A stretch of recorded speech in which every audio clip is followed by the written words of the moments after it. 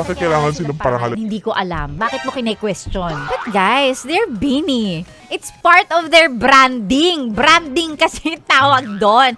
And some people are parang, Ano ba yan? Ba't naman hindi kayo magdamit ng tama? let's talk about people. Sorry. Yung mga tao, kahit anong success mo sa buhay, yung talagang may masasabi at may masasabi pa rin sila. Recently, Beanie was commended. Pinarangalan sila. They were recognized sa Senate all because of their very successful performance sa Coachella. And aminin naman natin, it was really a win for all of us, for us Filipinos, because they're the first, Filipino OPM artist to be able to do that. I mean, 'di ba? I guess it's right and it's fitting, 'di ba? Na mabigyan sila ng parangal for that. And we know how difficult kumbaga, kung how hard was it, no, sa pagpe-prepare nila and yung pinagdaanan nila para makarating doon. So, I mean, naniniwala ko na walang masama doon. Doon sa mga nagsasabi na, Bakit kailangan silang parangalan? hindi ko alam. Bakit mo kine-question? Bakit mo kine-question yun? Diba? Valid naman yung hirap nila for that. And, being the first Filipinos to be able to do that, deserve naman nila yon.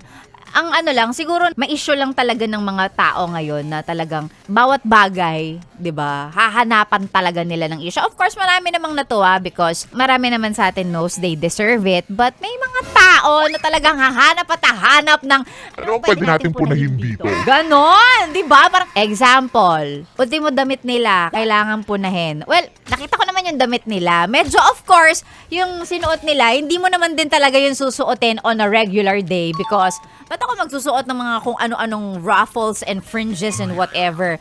But guys, they're beanie. It's part of their branding. Branding kasi tawag doon.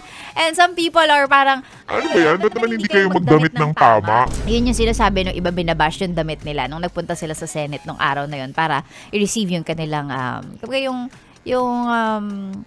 pagpaparangal para sa kanila. So parang sabi nila, ba't naman ganyan yung mga damit nitong mga to? Hindi naman marunong magdamit ng maayos. Guys, ang tawag doon, branding. Syempre, when you go out, itong mga artista na to, laging laging kumbaga, parang para sa atin, na normal na tao, hindi natin iisiping magsuot ng ganon, di ba? Pero sila kasi, every time meron silang public appearance, ganyan, ang outfit nila usually laging cohesive, laging parang girl group kasi sila eh. Girl group sila eh. And kung iisipin nyo na parang, ano ba naman yan, ba't ganyan yung suot nyo? May parang the outfits were beanified. Ayan, beanified. Ibig sabihin, naka-marry dun sa branding nila and at the same time, may parang pag tinignan mo yung mga outfit nila, may mga kakaibang material, may parang mga weaves, may mga parang local na klase ng tela na ginamit.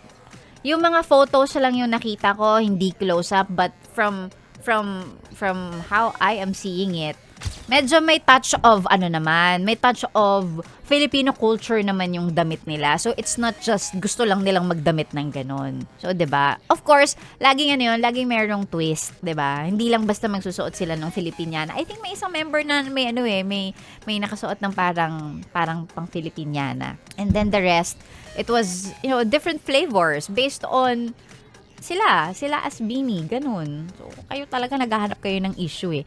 Ano pang ginagawa mo dito, ha? Sinasabi ko na nga ba eh. Solid yes friend ka talaga. Dahil nandito ka na rin lang, sige na, mag-like at mag-comment ka na. Mag-subscribe ka na rin at i-click ang notification bell. Para mapasali ka sa mga kalokohan namin. Bawal na bawal mag-no dito, ha? Kasi yes to yes!